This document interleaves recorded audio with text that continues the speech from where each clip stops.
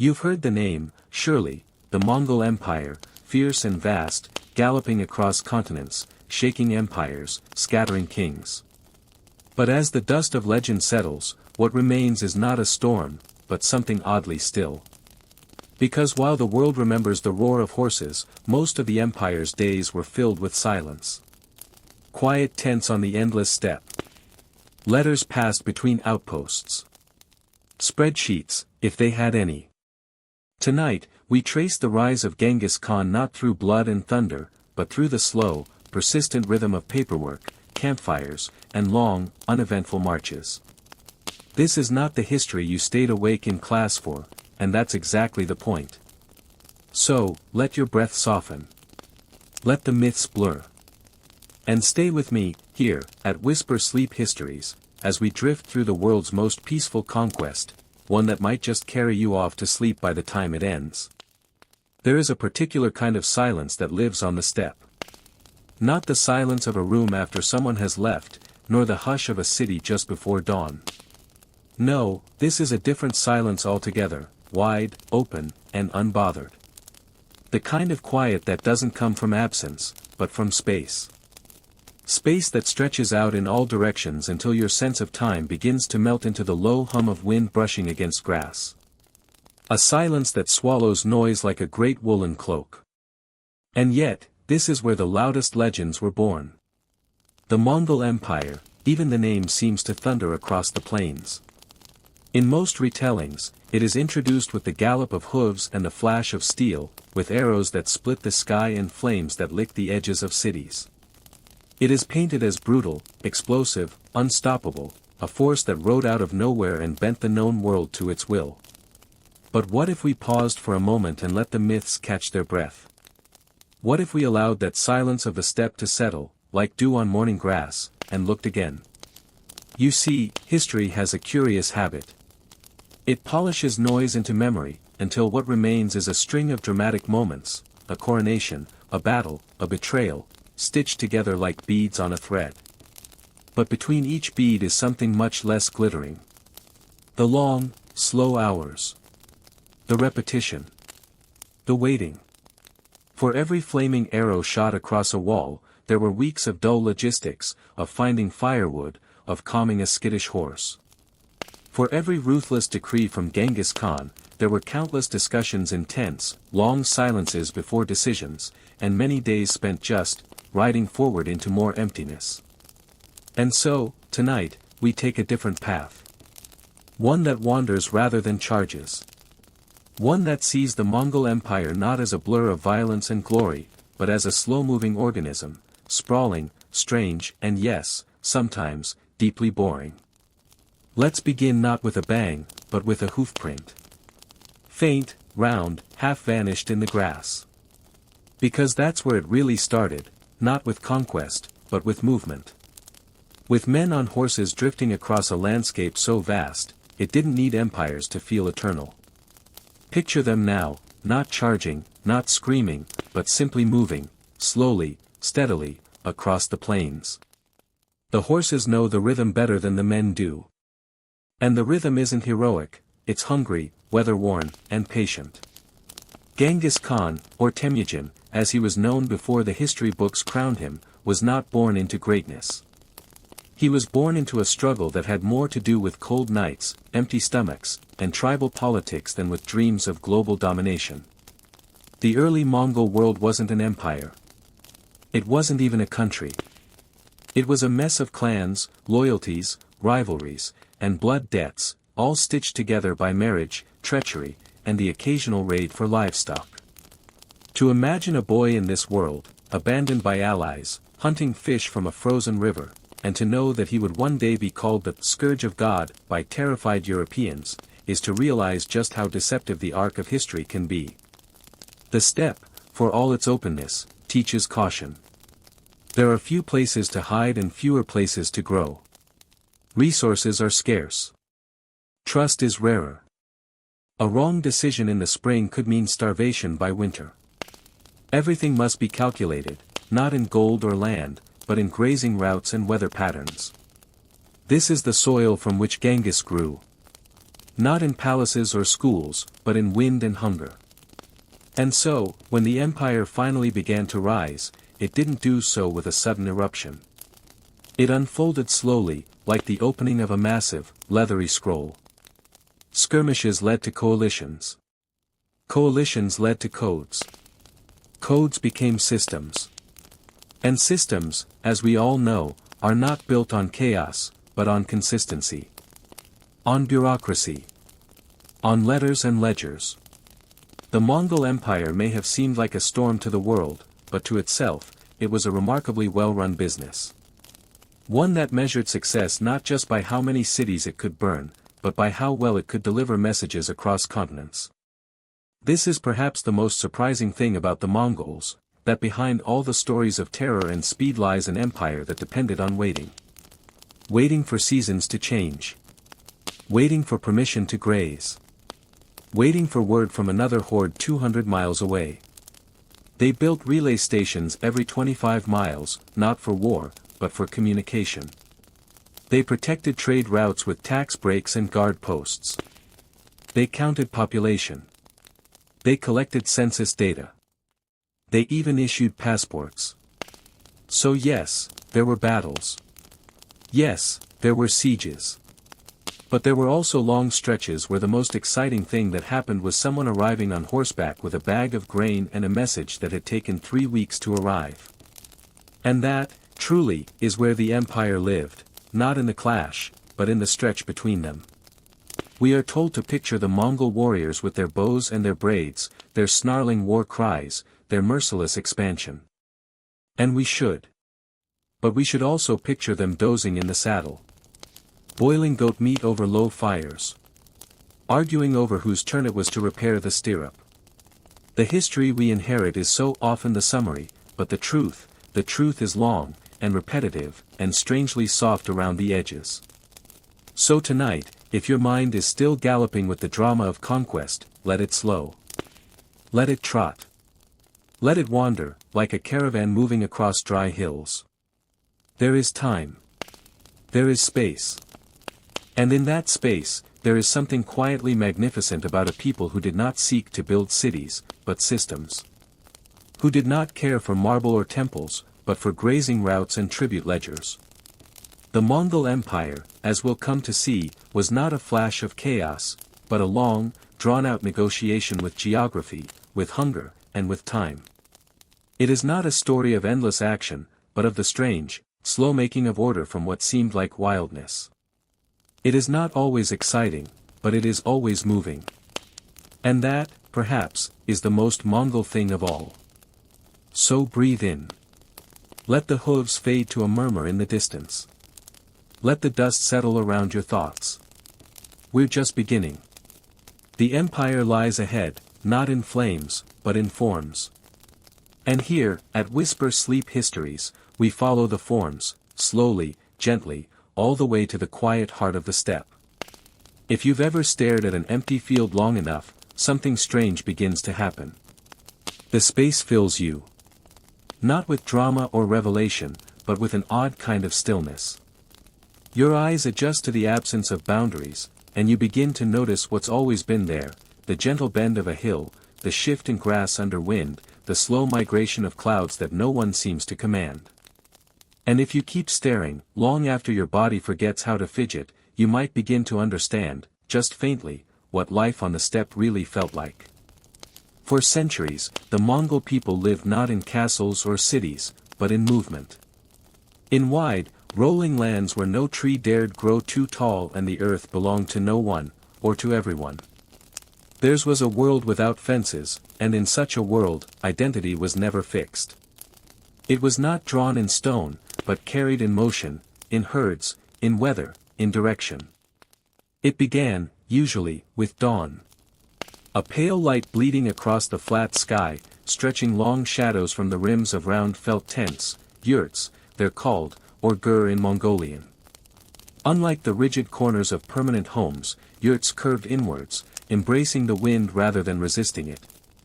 Built from wooden lattices, wrapped in wool and hide, they were sturdy enough to block the cold, yet light enough to dismantle in an hour. A Mongol home did not cling to place, it was always ready to move, like the people it sheltered. And what did they wake to, these people of the wind? Not battles. Not coronations. But goats. Lots and lots of goats. The herds came first. Sheep, yaks, camels, horses, each one both companion and currency. The family's fortune was not locked in vaults, but walking in circles outside. The animals needed care, but more than that, they needed space, grazing ground, and water, and time. And so the people followed them, not as masters, but as stewards. A good herder knew the steppe like a map written in wind, which hills drained well in spring, where the best grass grew after summer rains, which valleys froze last in winter. This knowledge wasn't written, but lived, taught from mother to daughter, father to son, passed like a campfire ember from generation to generation. The rhythm of steppe life was dictated by the animals. Milking at dawn. Grazing through day. Watching, always watching for strays, for predators, for change. And change came, not as sudden war, but as slow rotation, the seasons turning like the wheel of a cart. Summer was movement, migration to highlands where the grass grew thick and cold streams gurgled down from mountains. Yurts were lifted, loaded, and lowered again. Camps formed and dissolved like clouds.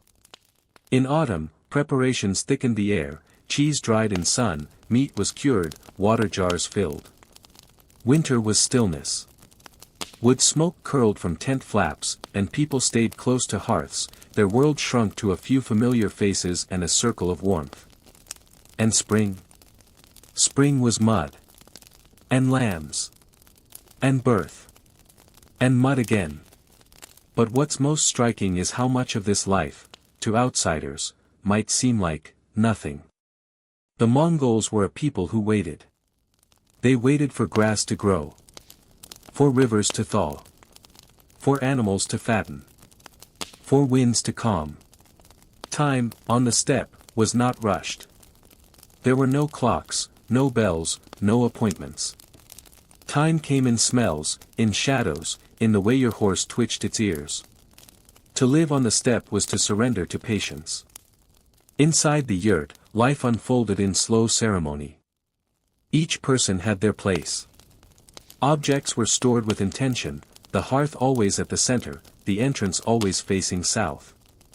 Men sat to the west, women to the east.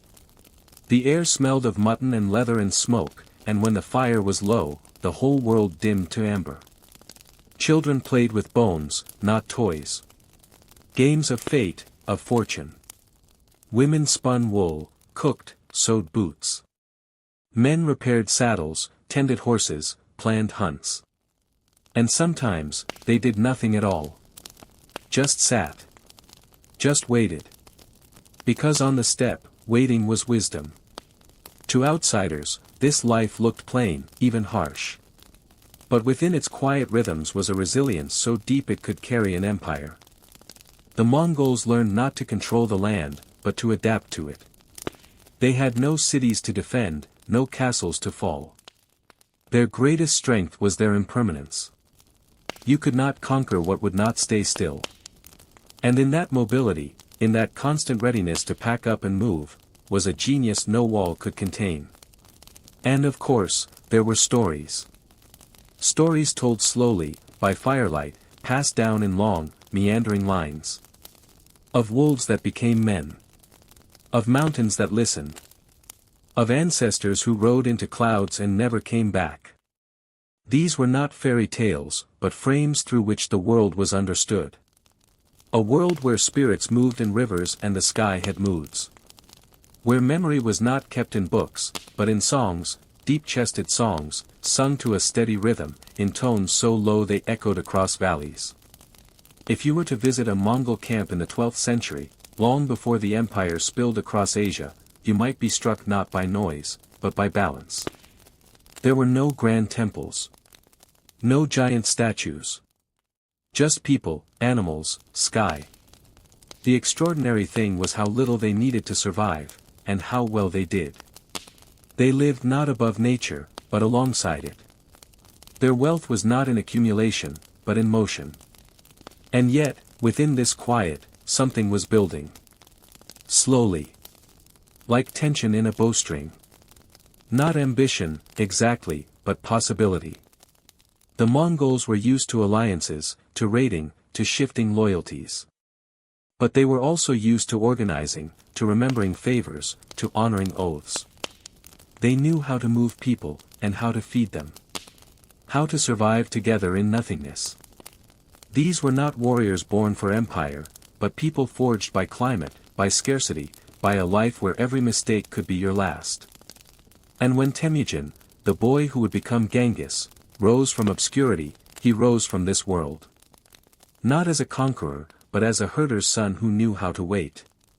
He knew the value of loyalty, because he'd known betrayal. He understood silence, because he'd grown up in it. And when he looked out at the steppe, he didn't see emptiness. He saw routes. Networks. Patterns. Not how to take the land, but how to use it. But that part comes later. For now, we are still in the quiet. In the long days of grazing and boiling broth. In the gentle chatter of goats outside a felt wall. In the low hum of a lullaby sung by a mother whose hands never stop moving. Because before the Mongols changed the world, they waited for it. Listened to it. Learned how to move within it. And that, more than any sword, may have been their secret. So rest, now.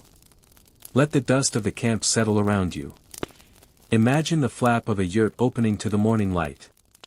The creak of a saddle being adjusted. The yawn of a horse not yet ready for the day. We are not in battle yet. We are still home. Still in the waiting. And sometimes, history lives longest in the moments where nothing seems to happen at all. He was born with the name Temujin, on a cold day by the banks of the Onan River. No stars fell from the sky. No wise men visited. No prophecies were carved into stone. Just a boy, wrapped in furs, born into the wind. History would later call him Genghis Khan, the great Khan, the scourge of civilizations, the master of empires. But in the beginning, he was simply Temujin, a boy whose life would be defined not by triumphs, but by betrayals. And it's tempting, isn't it, to imagine him as some kind of fire from the beginning, a child with storm in his veins, already dreaming of conquest, already plotting routes to distant lands. But no. The truth is quieter, slower. His childhood was not filled with ambition, but with hunger. With silence. With uncertainty. And perhaps that is what prepared him best. Temujin was not raised in a palace. He had no tutors, no scrolls, no golden cradles. Instead, he grew up in the hard shadow of tribal politics. His father, a minor chieftain, was poisoned by rivals when Temujin was just a child. His family was cast out, abandoned by their own clan, left to fend for themselves in the harsh openness of the steppe. They survived on wild roots, on fish pulled from half-frozen rivers, on anything they could find that moved slower than they did. There is something humbling about that kind of beginning. Something formative. It doesn't breed cruelty so much as it breeds caution, the awareness that security is a mirage, that people leave, that strength doesn't come from blood, but from bonds. And Temujin, before he ever learned to command, learned to trust. Then learned not to. Then learned again. We think of leaders as born to rule. But Temujin, strangely enough, was born to organize. And before he ever conquered a city, he was already reshaping the way people thought about loyalty.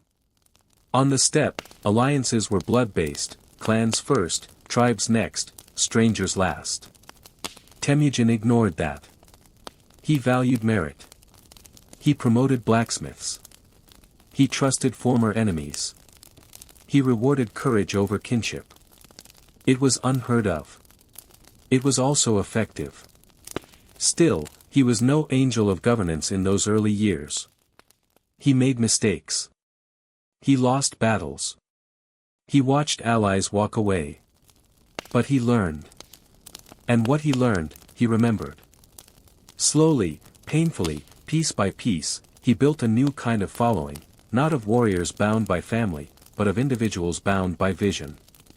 A mobile meritocracy, held together not by ancient bloodlines, but by the sheer magnetism of a man who had once lost everything, and somehow survived. And when he finally rose high enough to be called Genghis Khan, the universal ruler, you might expect him to celebrate by launching endless campaigns. By galloping across the continent. By roaring at the heavens. But what did he do? He wrote a legal code. Yes, truly. One of his first grand acts as Great Khan was not a war, but an administrative overhaul.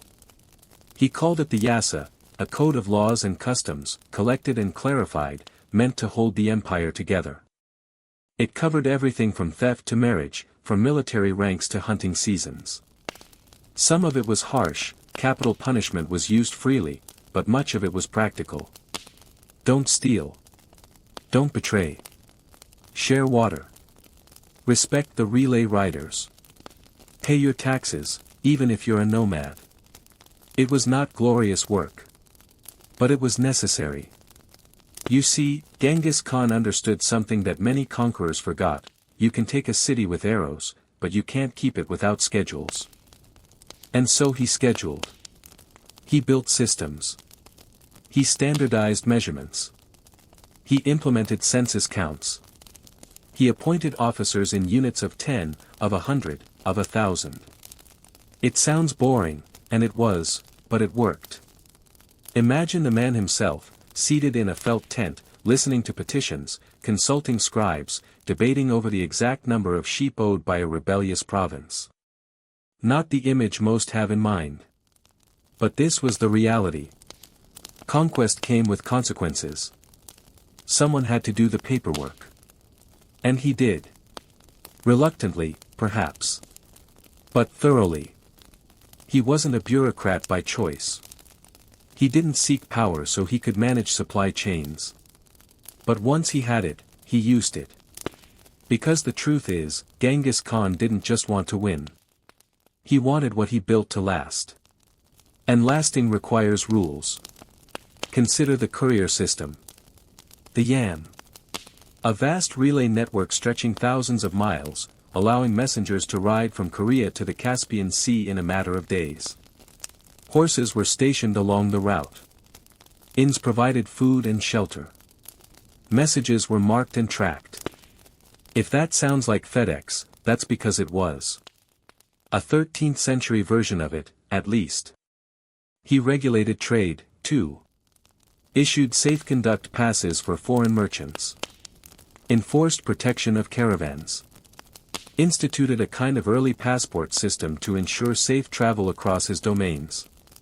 It wasn't just about riches. It was about order. He even imposed religious tolerance, not out of modern liberal values, but out of pragmatic respect for power. The Mongol world was a patchwork of beliefs: Tengriism, Islam, Buddhism, Christianity. Genghis didn't demand conversion. He demanded loyalty. And taxes. Priests and monks were often exempt. But they were also watched. And then there were the records. Endless records. Who owed what? Who governed where? What crops grew in what region? What punishment had been given to whom? A web of information, spinning outward from a center that was never fixed, but always present. Genghis Khan wasn't building a monument. He was building a machine. A slow, complex, lumbering machine that relied on efficiency, obedience, and clarity. And while the sword had carved the path, it was the scroll that kept it intact. It's worth noting that this administrative impulse wasn't just for others, it shaped the army itself. Mongol warriors were divided meticulously. 10 men to a squad. 10 squads to a company. Promotions came from performance, not lineage. Orders were followed. Supplies were shared. Loot was divided by code. Even in war, he brought structure. And structure, in time, brought expansion. Because with order came momentum. And with momentum, the empire grew. Not as a blaze, but as a process. Yes, there were great campaigns, against the Khwarezmians, the Jin, the Western Xia. But behind the drama was a spreadsheet. A plan. A plan that included grain depots, scout reports, messenger lines, and a deep understanding of how to wear down a city before you ever fired the first arrow. He did not win because he was ruthless, though he could be. He won because he made systems work in places where there had never been systems before. He knew how to wait. How to wear down. How to listen. How to learn. And when he died, not in battle, but, it is said, from a fall off his horse, he left not just land, but instructions. His sons and grandsons inherited a blueprint. Not just a dream of glory, but a guide to governance. The empire would stretch far. But for a time, it would also function. Because the man at its root had cared enough to make it function. So when we remember Genghis Khan, let us not only picture the conqueror in armor. Let us also picture the man hunched over a scroll, squinting in firelight, calculating tax ratios. The man listening to a courier describe a distant province. The man nodding silently as two commanders argue over supply lines. It is less dramatic. Less cinematic. But perhaps more real. Because in the end, empires are not built on moments. They are built on maintenance. And Genghis Khan, for all his bloodshed and brilliance, may best be remembered not for how he fought, but for how he filed. So rest, now. Let the galloping fade. Imagine instead the sound of ink scratching against parchment. The slow, steady hum of a tent where decisions are made. Where orders are written. Where, slowly, an empire becomes more than war, it becomes administration. And that is where the story continues. It's easy to imagine conquest as something swift, a sudden storm rolling over the hills, a clash of steel, the rise of banners against a red sun.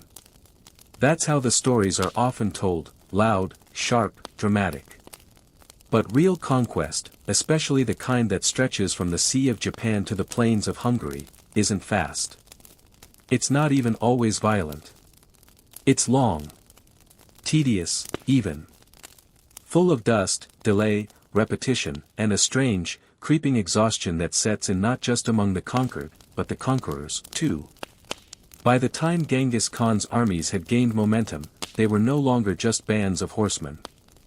They were a moving system, a portable civilization, complete with officers, couriers, scouts, carts, cooks, smiths, herds of spare animals, and somewhere in the back, a group of scribes trying to keep track of who had already been conquered and who was next on the list.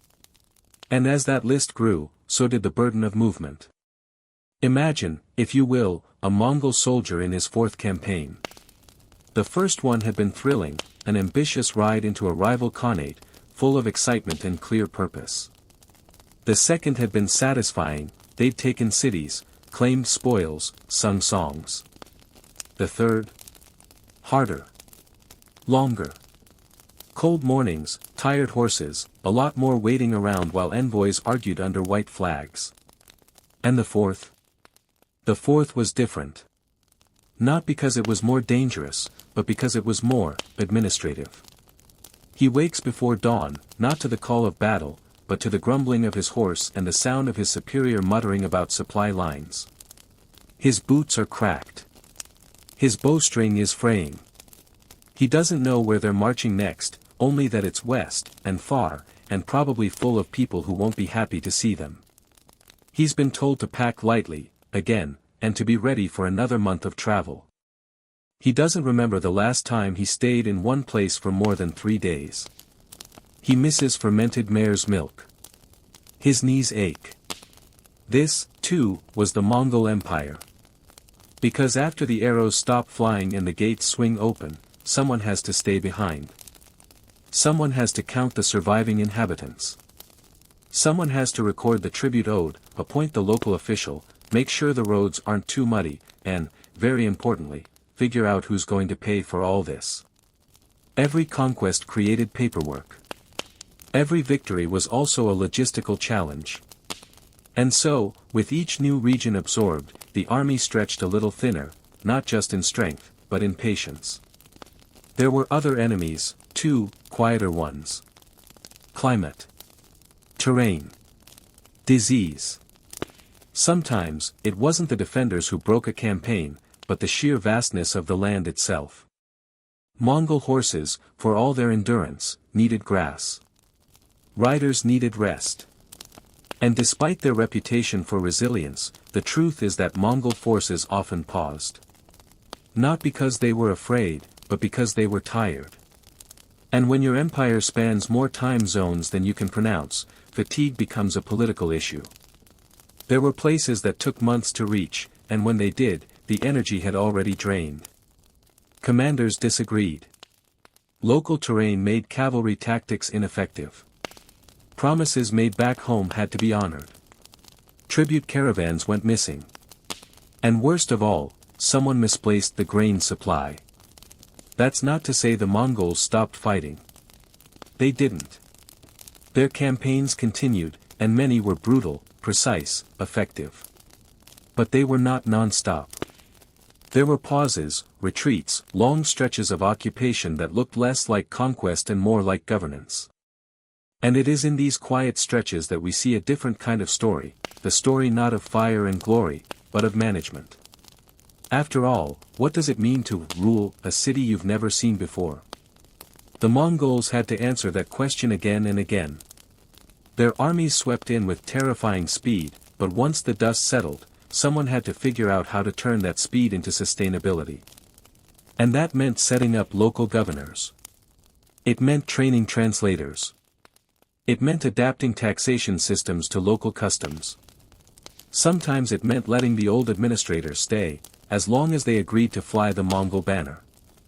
Other times, it meant burning it all down and starting over. And in between, the soldiers waited. Waited for orders. Waited for scouts. Waited for rivers to unfreeze, for bridges to be built, for storms to pass. In the sweeping maps of empire, these days disappear, but they were the majority. Days spent sharpening blades that hadn't been used in weeks. Days spent repairing saddles, redistributing gear, making hard cheese. There's only so much raiding one can do before one must rest, and the Mongols, though tireless in legend, were human in practice. Their strategies reflected this. Rather than exhausting themselves in prolonged sieges, they often preferred psychological warfare, surrounding a city, cutting it off, sending terrifying messages, then waiting. Let the fear ferment. Let doubt seep in. Let starvation do its work. And all the while, the soldiers camped outside, watching. Stirring broth. Swapping stories. Slowly running out of patience. In fact, many of the most impressive Mongol victories were won not through wild charges, but through slow attrition. Siege engines were used. Tunnels were dug. Water supplies were diverted. And all of this took time. Time that wasn't spent riding. Time that felt, to many soldiers, like limbo. Some campaigns stalled for years. Others were abandoned. Not because of defeat, but because the costs, measured not in lives, but in effort, outweighed the benefits. The conquest of India, for example, was tried, but never completed. The terrain was too alien. The weather, too harsh. The resistance, too stubborn. And while the Mongols could win battles, they didn't always feel like staying. It is this weariness, this conquest fatigue, that shaped much of the later empire. By the time Genghis Khan's successors took the reins, expansion had become less about momentum and more about maintenance. They still fought, of course. But the real challenge wasn't who to conquer next, it was how to manage what they already held. And for many Mongol leaders, this meant delegation. The empire was divided among Genghis's descendants, the Golden Horde, the Ilkhanate, the Chagatai Khanate, the Yuan dynasty, each a branch of the same tree, each with its own priorities, rivalries, and pace. Coordination became harder. Resources were stretched. And while they still spoke of unity, in practice, they became regional powers, focused more on governance than glory. Meanwhile, in the camps, the rhythm slowed. Veteran soldiers aged. New recruits were trained not only in archery and horsemanship, but in protocols. Discipline was still strong, but enthusiasm dimmed. There was less talk of destiny, more talk of delivery schedules. The songs grew longer. The campaigns, shorter. And yet, despite this slow erosion of energy, the empire held. It held because, at its heart, it had always been a machine, not a moment. Its strength lay not in constant conquest, but in its ability to stop, to breathe, to organize. And in this way, the Mongols achieved something rare, they learned how to pause. So perhaps that is the real story here, not of fatigue as failure, but as wisdom. The realization that even empires must rest. That horses need pasture. That soldiers need shade. That arrows, no matter how sharp, must be counted, repaired, and carried, and none of that happens in battle. Tonight, as you lie still, picture not the screaming charge, but the stillness before it. The hush of a camp under starlight. The quiet breath of men who have marched too far. The slow grinding of an empire learning, reluctantly, how to sit still. Because sometimes, history advances not in leaps, but in long, silent pauses. And the Mongols, for all their fury, knew how to wait. There's something inherently romantic about the image of a man on horseback. The wind tousling his hair. The horizon wide and endless. The hoofbeat steady as a drumbeat across the plains. Freedom, motion, purpose. It's how we tend to imagine the Mongols, always in motion, always in command, always just a little bit above the mess of the ordinary world. But what if we paused that image, just for a moment? What if we let that lone rider dismount, shake the dust from his boots, and then, pull out a clipboard? Because while the Mongol Empire is often remembered for its thundering charge, its speed, its shock, its sheer audacity, the truth is that what allowed it to endure, if only for a while, was not the horse. It was the paperwork. Not literal paperwork, of course. The Mongols didn't carry filing cabinets into battle. But they did carry something even more powerful, a system. A mobile bureaucracy. An empire not just of conquest, but of coordination, managed from the saddle, but felt in every village, every market town, every wind-blown outpost between the Yellow Sea and the Black Sea. Let's begin with something deceptively simple, communication. Imagine, for a moment, trying to govern a domain that spans from Korea to Eastern Europe, in the 13th century, with no phones, no internet, no reliable roads, and no central capital. You'd expect failure. Chaos. Disconnection. But the Mongols didn't just manage it.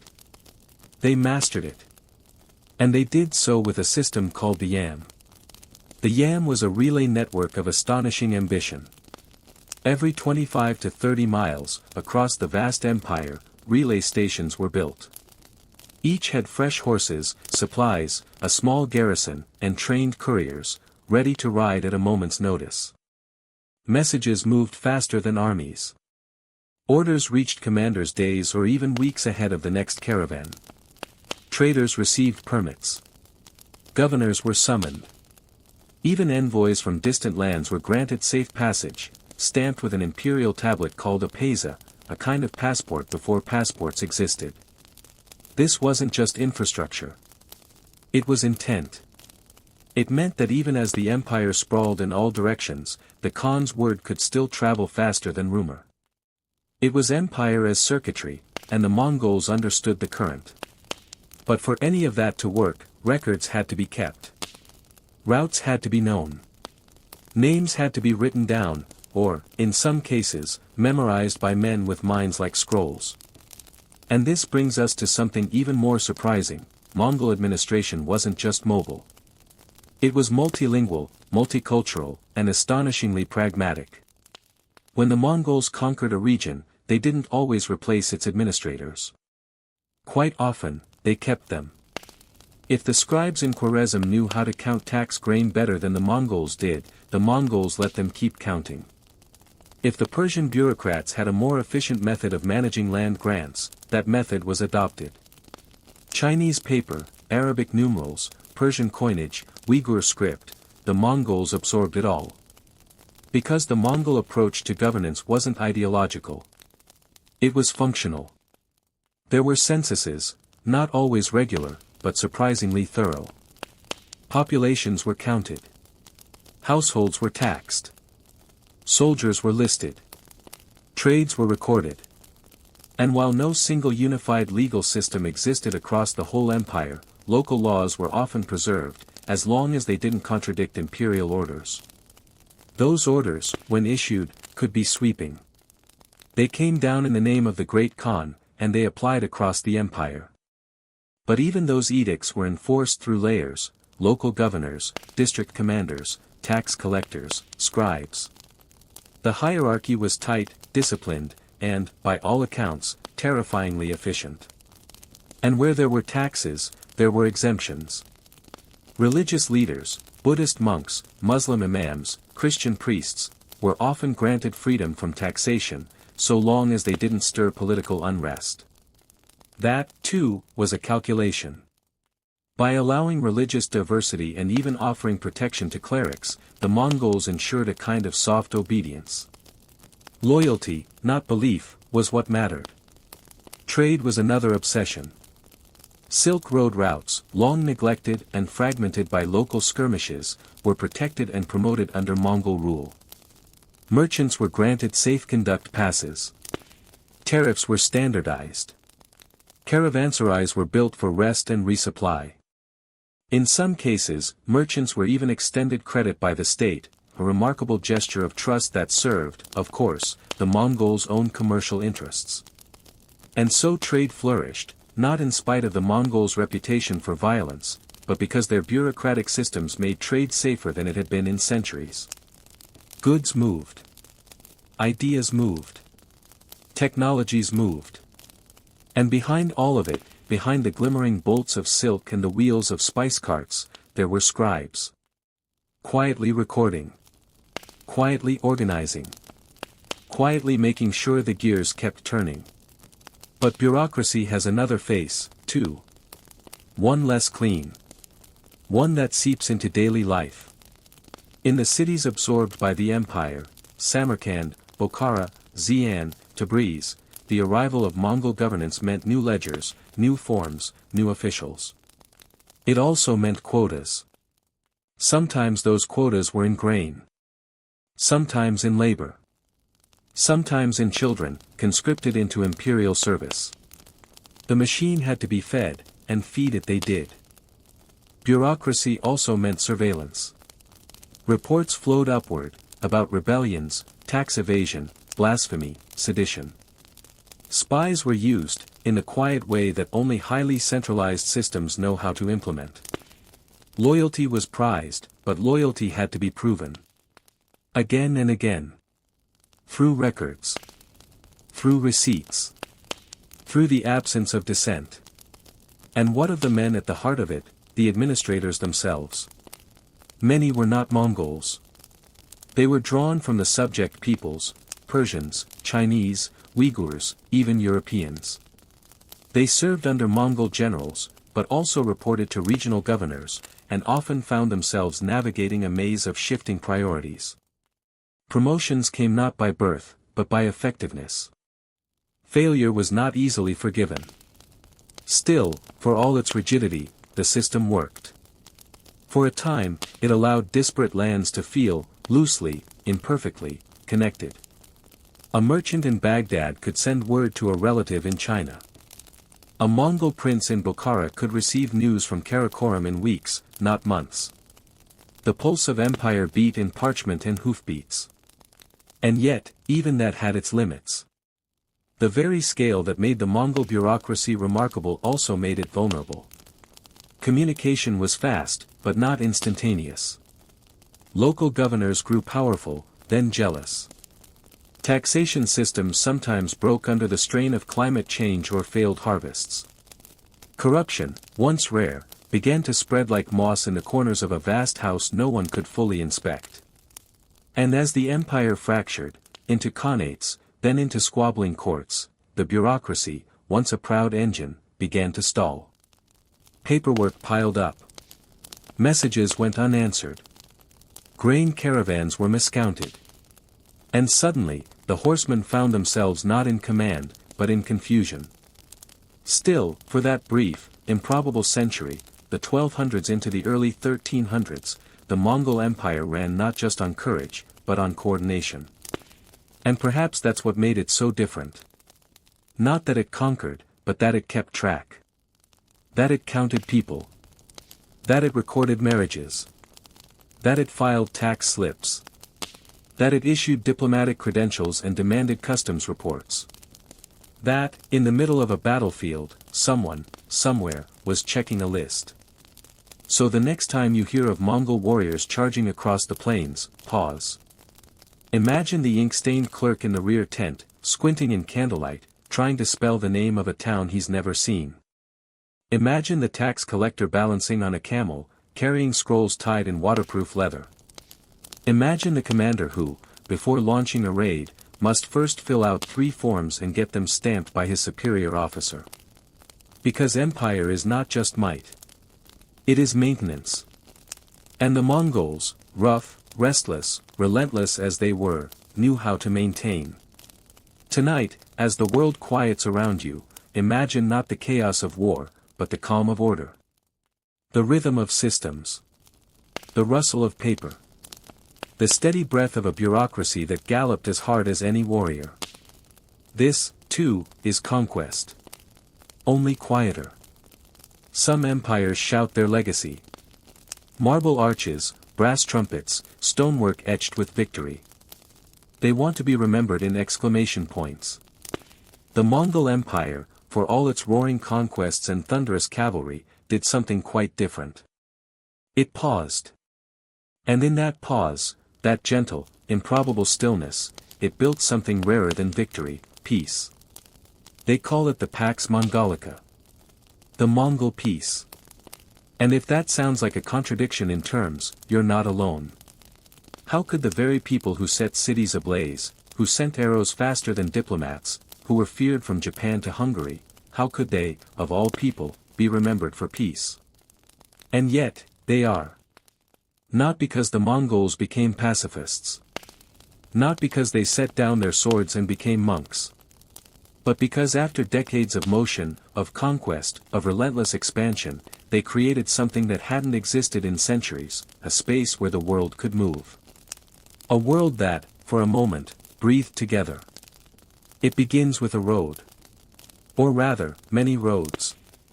Winding, ancient, once broken paths stretching across Asia, from the forests of Siberia to the rice fields of China, from the Persian plateau to the edge of the Mediterranean. These roads had always been there, of course, long before the Mongols arrived. They were the veins of the Silk Road, lifelines of trade and exchange. But they were fractured. Dangerous. Fragmented by border skirmishes, tribal disputes, tolls, and petty wars. And then the Mongols came. They didn't invent the roads. They cleared them. Under the Mongol Empire, for the first time in centuries, the entire stretch of Eurasia, from Beijing to Baghdad, from Samarkand to Kiev, was under one loose, but synchronized, political umbrella. There were no borders to cross. No rival kingdoms to appease. No need to bribe 3 warlords just to move your camels from one market to the next. Instead, you were issued a pesa, a tablet of authority, stamped with the seal of the Khan. It granted safe passage. It guaranteed protection. It was, in essence, a passport, a promise, a shield. And with that, the world began to move again. Merchants, once cautious and provincial, began to dream in distance. A silk trader in Hangzhou could imagine selling his wares in Tabriz. A spice caravan from India could reach the markets of Crimea. A Venetian explorer could follow the wind to the court of Kublai Khan. Stories, letters, goods, and germs, they all traveled, riding the highways of peace forged, paradoxically, by war. But it wasn't just merchants. Scholars moved, too. So did monks, pilgrims, astronomers, mathematicians, poets. Ideas, whispered in one tongue, found themselves spoken in another. The Islamic world's knowledge of medicine and mathematics seeped eastward. Chinese innovations, papermaking, printing, gunpowder, drifted west. And somewhere in between, in a caravanserai beneath a desert moon, a Persian translator and a Mongol courier might sit beside the same fire, sharing a bowl of mutton stew, exchanging stories in a language stitched from three others. It wasn't utopia. But it was open. To ensure that openness, the Mongols did something almost unthinkable for their time: they enforced religious tolerance. You could worship as you pleased, as long as you paid your taxes and didn't plot rebellion. Nestorian Christians, Tibetan Buddhists, Sunni Muslims, Confucian scholars, and Jewish merchants, they all coexisted under the watchful eye of the Khans. Temples were spared. Monasteries were sometimes funded. Clerics were consulted. Not out of kindness, necessarily, but out of pragmatism. A peaceful empire, after all, was easier to manage than a resentful one. But peace, like war, requires infrastructure. And the Mongols understood that. So they built. Not palaces. Not pyramids. But posts. Relay stations. Guard towers. Grain depots. Granaries. Bridges. The kind of infrastructure that doesn't sing in marble but hums softly through trade routes and travel logs. They trained interpreters. Maintained maps. Appointed officials not based on lineage but on skill.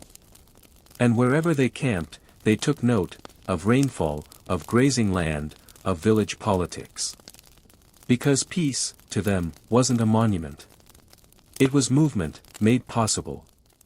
Of course, there were taxes. There were rules. There were expectations. The Pax Mongolica wasn't free. But it was stable. And that stability, rare and precious, allowed something remarkable to unfold: trust. Traders trusted the routes. Governors trusted the messengers. Travelers trusted the signs on the road. And the world, bruised and wary, began to lean into that trust. Just a little. Just long enough for things to bloom. It's in this window that Marco Polo appears, wandering from Venice to the court of Kublai Khan, writing of wonders and customs and cities he'd never dreamed of. It's in this window that Eastern recipes find their way into Persian cookbooks, that Chinese inventions cross deserts to arrive, eventually, in European hands. It's in this window that global history holds its breath, just for a moment, and imagines what connection might feel like. But it was only a window. Because even peace, when stretched across continents, begins to fray. The seeds of fragmentation were already there. The Khans, once unified under the legacy of Genghis, had begun to splinter. The empire's sheer size demanded delegation, and with delegation came division. Each Khanate, the Yuan in China, the Ilkhanate in Persia, the Chagatai in Central Asia, the Golden Horde in the West, began to act more independently. They still shared ancestry, still spoke of unity. But their interests diverged. Their methods clashed. Their ambitions collided. And so the Pax Mongolica began to slow. Caravans still moved, but less confidently. Borders reappeared, subtly at first, then sharply. Taxes increased. Local lords demanded more. Civil unrest stirred in cities that once thrived under Mongol neutrality. Factions turned inward. The great engine of movement began to stall. And yet, something lingered. Not the empire itself. That would crumble, fragment, and fade. But the memory of the movement. The idea that peace could be engineered. That roads could link people, not just armies. That if you cleared the path, even if by conquest, something softer might grow in its place. And so tonight, as the world outside falls still, let us wander back to that rarest of moments, when the world, however briefly, connected not through battle, but through balance. Not through domination, but through direction. When a war machine, impossibly, became the steward of peace. Picture it now, the quiet plod of camels under starlight. The whisper of silk being unwrapped in a distant market. The soft clink of coin, traded not in fear, but in routine. The rustle of parchment, mapping roads that had no borders. And in the distance, barely audible, the murmur of a world breathing, together. This was Pax Mongolica. And for a time, the world was not shouting. It was humming. Kublai Khan did not ride in storms. He did not gallop across the steppe with a bow slung across his back or scream war cries into the wind. He did not sleep beside his horse or warm his fingers by the breath of his mount. No. Kublai was different. Born into the lineage of thunder, he moved not like a storm, but like a tide, slow, deliberate, and far more patient than his ancestors. By the time Kublai came of age, the Mongol Empire was no longer the raw flame it had once been. The great roaring phase of conquest had already passed its peak. Genghis Khan had died. His sons had scattered across Asia. The borders had been drawn, redrawn, then blurred by distance and dust. And so Kublai inherited not the thrill of expansion, but the weight of it. And what he chose to do with that weight, was sit down. Not to rest, exactly, but to rule. And not from horseback, but from a throne, carefully carved, wrapped in Chinese brocade, housed within palace walls that stretched taller than any yurt could dream. For Kublai was not simply a Mongol. He was a bridge. Between the steppe and the city. Between yurts and walls. Between movement and statehood. He had been raised in two worlds. On the one hand, he was grandson of Genghis, born into the dust of the plains, schooled in horsemanship, strategy, and the old songs of the steppe. On the other, he was deeply drawn to the ways of the settled world, its order, its writing, its strange seductions of permanence. And nowhere did this contradiction play out more clearly than in China. To rule China, he had to become something the Mongols had never been before, emperors. Not conquerors, not commanders, not raiders, but bureaucrats in robes. And so, he adapted. He moved his court to Dadu, present-day Beijing, and made it the beating heart of the Yuan dynasty, a Mongol dynasty that ruled China not as outsiders, but as part of its imperial fabric. Of course, it was never that simple. The Han Chinese saw him as foreign. His own Mongol nobles grumbled about his love for Chinese ceremony. And yet, Kublai leaned in. He dressed in silk. He studied Confucian texts. He employed Chinese advisors. He sat through rituals that would have made his grandfather frown and shift uncomfortably. He surrounded himself with scholars, tax officials, translators, geomancers, record keepers. His palace was less like a war tent and more like a labyrinth of scrolls and seals and formal courtesies. But beneath the robes, the Mongol remained. He still believed in loyalty, in clarity, in swift justice. He still trusted generals more than philosophers. He still understood the power of fear. Yet he wielded it with calculation. Not in raids, but in reforms. And reforms there were. Kublai reorganized the administrative map of China. He restructured tax systems. He classified the population into 4 ranks, Mongols at the top, followed by non-Han foreigners, then Northern Chinese, and finally, Southern Chinese. It was unequal. It was unpopular. It was, in Mongol terms, extremely organized. He revived and expanded the paper money system, printing currency backed by nothing but the promise of the state. He promoted trade, rebuilt infrastructure, improved canals, encouraged the reopening of the Grand Canal, that ancient artery running north to south, to carry grain, taxes, and power between regions. And through all this, he walked a delicate line, ruling China as a Mongol, without losing China's acceptance. There were tensions. Of course there were. Court factions brewed. Mongol nobles grew uneasy with how Chinese the court had become. Chinese elites muttered about the strange customs of their foreign emperor. And Kublai, in his later years, grew weary.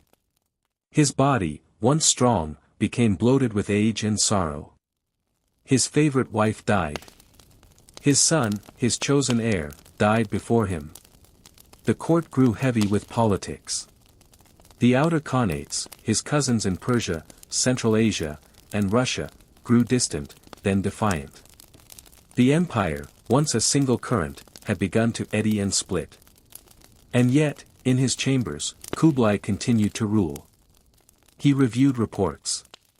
He signed decrees. He consulted astrologers.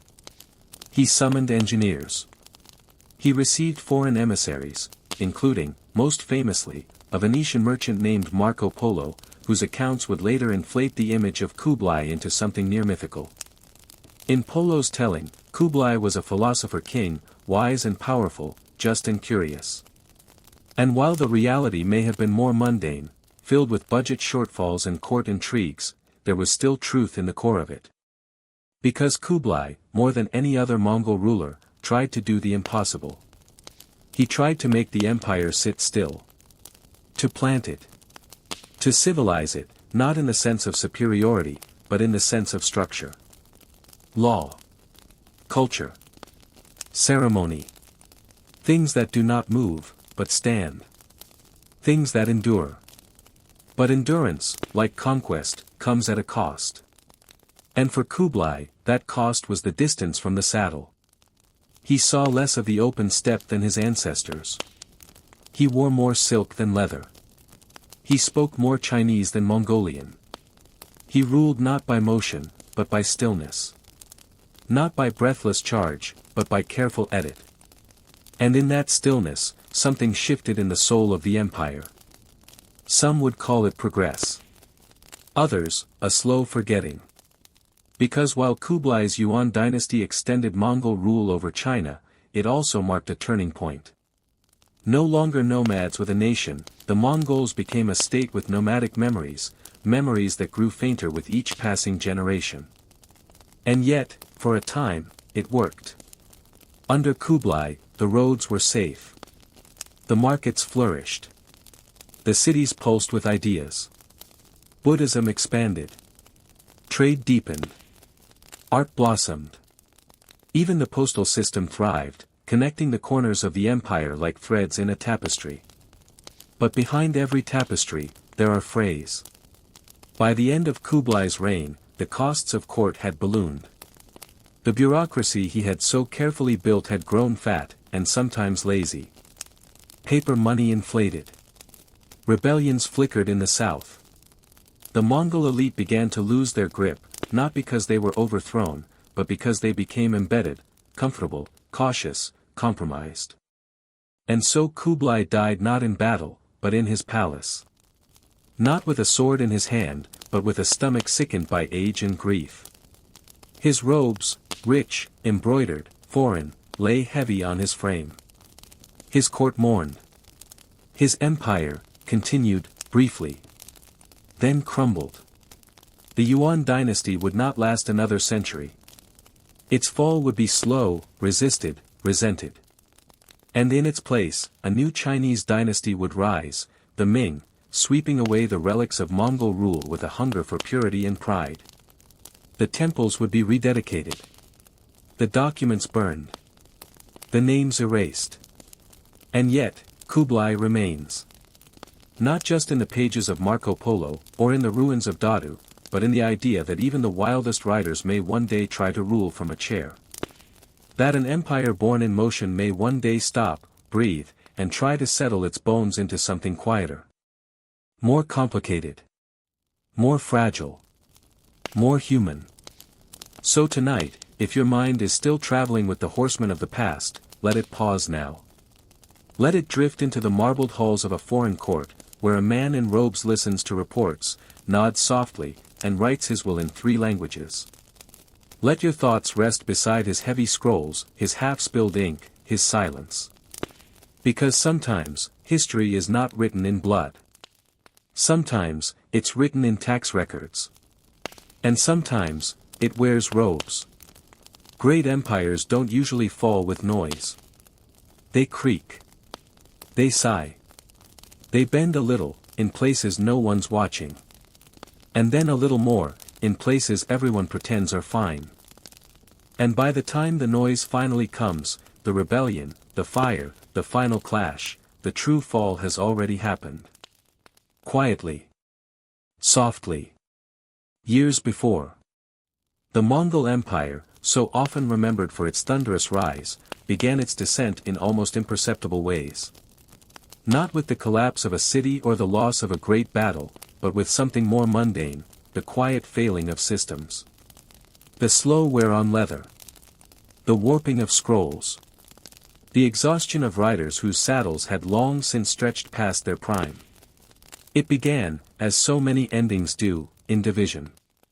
When Genghis Khan died in 1227, he left behind not a unified country, but a framework, a kind of breathing architecture held together by loyalty, bloodlines, and shared momentum. His sons inherited different parts of the whole. Jochi's line took the western steppes, forming the Golden Horde. Chagatai ruled Central Asia. Ogedai was named the Great Khan, leading the empire's heartlands. And later, Talyui's descendants would dominate the east, culminating in the Yuan dynasty under Kublai Khan. At first, it worked. Mostly. The different khanates stayed in touch. They recognized a shared heritage. They traded across borders that weren't really borders yet.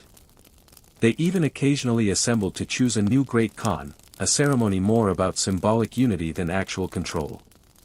But distance is a quiet enemy. As years passed, each khanate grew more absorbed in its own concerns. The Golden Horde in the northwest became entangled in the politics of Rus and Eastern Europe. The Ilkhanate in Persia wrestled with its Islamic population and the lingering scars of conquest. The Chagatai Khanate, straddling Central Asia, remained unpredictable, a land of shifting loyalties and old resentments. And in China, the Yuan dynasty, bloated with court intrigue and financial strain, began to lose its hold. There was no single betrayal. No grand declaration. Just slow erosion. Grain shipments missed their marks. Tribute payments were delayed. Couriers never returned. Roads once guarded fell into disrepair. Relay stations stood empty, horses tethered to rotting posts. Maps, once redrawn with every victory, now faded with inactivity. And the scrolls that once buzzed with orders and taxes and reports, began to go blank. But the most telling signs weren't written. They were felt. In the hesitation of a governor unsure which Khan's orders to obey. In the tightening of a merchant's lips when asked to pay a tax he already paid, to someone else, in another city. In the grumbling of soldiers given no clear orders. In the whispers of peasants wondering when, or if, the empire would come for them again. And through it all, the world kept moving. The climate, for instance, did not cooperate. In the later 13th and early 14th centuries, parts of Eurasia experienced colder winters and erratic weather. For pastoralist societies, the lifeblood of the Mongol system, this was a quiet catastrophe. Herds thinned. Grazing lands withered. Migration patterns faltered. And with every missed season, the strain deepened. Famine crept in, not like an army, but like a shadow. And with famine came unrest. In China, the Yuan dynasty faced mounting discontent. Its population, largely Han Chinese, had never fully accepted Mongol rule. Corruption seeped into the bureaucracy. Paper money, once a brilliant innovation, inflated to worthlessness. Floods and droughts destroyed harvests. Bandits, once suppressed by the empire's swift justice, began to reappear, not as isolated criminals, but as symbols of breakdown. Rebellions flared, small at first, then larger. The Red Turban Rebellion, beginning in the 1350s, was more than a peasant uprising. It was a symptom of disillusionment, of systems failing to do what they promised. And in that failure, the image of Mongol invincibility cracked. Elsewhere, the Ilkhanate, the Mongol-ruled Persia, collapsed under its own contradictions. Competing claimants to the throne. Conflicts between Muslim subjects and Mongol elites. A slow economic decline. The once proud Khanate broke into fragments, ruled by warlords more interested in their fiefs than in the memory of Genghis. In the Chagatai lands, intrigue reigned. Allegiances shifted. Names rose and fell like sandcastles in wind. The Mongol identity blurred, then dissolved. And in the Golden Horde, the westward branch of the empire, the same pattern unfolded. Successors squabbled. Cities asserted independence.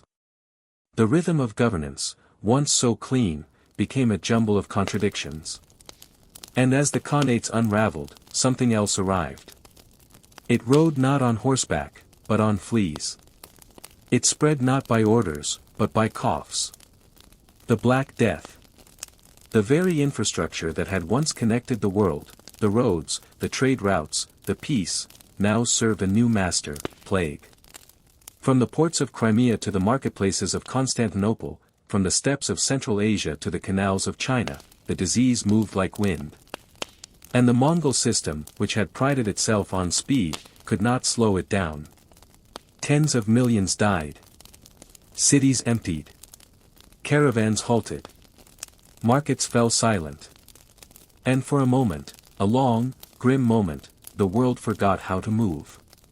The Mongol Empire did not die because of the plague. But it weakened. Deeply. Irrevocably. By the late 14th century, the fragments of empire remained only in name. The Yuan dynasty had been driven out of China, replaced by the Ming. The Ilkhanate was gone. The Golden Horde persisted, barely, before splintering into smaller khanates. The dream of a unified Mongol world, one system, one order, one road, had faded into the dust. What lingered was not the empire, but its traces. The relay stations, abandoned but still standing. The memory of safe roads. The diplomatic traditions it had created. The cultural exchanges it had encouraged. A world that had, for one brief era, felt connected, and now felt the absence of that connection even more keenly. And in some places, people remembered not with anger, but with a kind of quiet awe. The way letters used to arrive from cities far beyond the horizon. The way traders could once cross mountains without fear. The way a Khan seal, once stamped, meant something. But memories, like leather saddles, wear thin. And so the empire passed, not with fire, but with fatigue. Its greatness had not been its battles, though they were many. Its greatness had not been its fear, though it was real. Its greatness had been its coordination. Its system. Its strange attempt to bring order to chaos, not by fixing the world, but by moving through it. And in the end, what undid it was not an enemy. It was entropy. Not a shout, but a silence. So tonight, let us imagine that final echo. Not the fall of a city. Not the death of a Khan. But the sound of a hoofprint, fading in sand. The last rider of the Yam glancing back at a station now shuttered. A scroll, half-written, blowing in the wind. A saddle, empty. Because empires don't fall the way we think. They fade. And in that fading, there is a strange kind of peace. The quiet after the machine stops. The hush when the last messenger rides on. And the stillness, when no one is left to file the report. Somewhere out on the empty steppe, where the grass leans gently with the breeze and the sky is far too wide for memory, the echo of a hoofbeat still hangs in the air. Not loudly. Not urgently.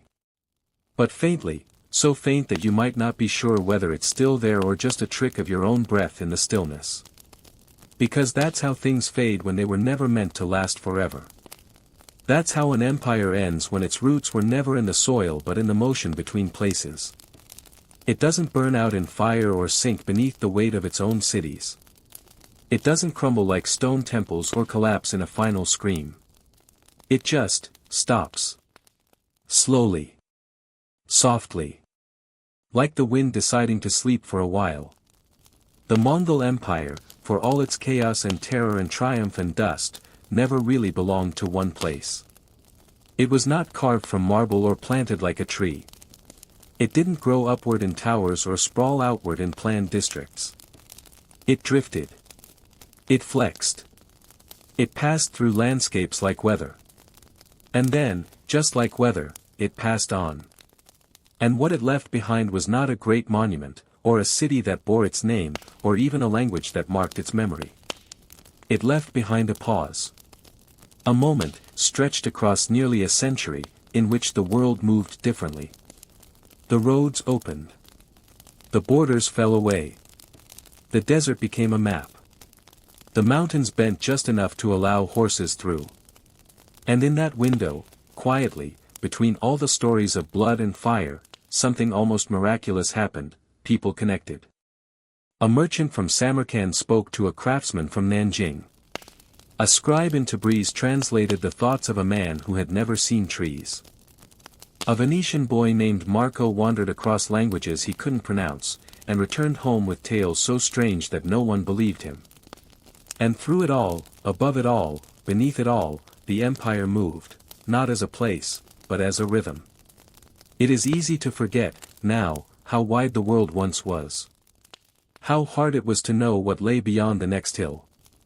How many stories died before they could travel. But for a time, the Mongol Empire changed that. For a time, the distance between one coast and another was no longer impassable, it was simply long.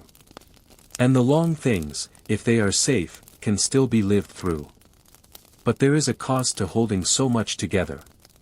Paper tears. Saddles split. Roads, even the best ones, collect dust. And as we've seen, slowly, across the long breadth of this story, that's exactly what happened. Not in a rush. Not with drama. But with the kind of steady wearing down that comes from time, and distance, and the weight of too many ledgers being carried on too many shoulders. A scribe forgets to copy a name. A relay station is abandoned for lack of oats. A general decides not to send his report. A governor grows comfortable in his province and doesn't bother writing back. No war has started. No battle has been lost. And yet, the silence begins to stretch between posts, between orders, between lives.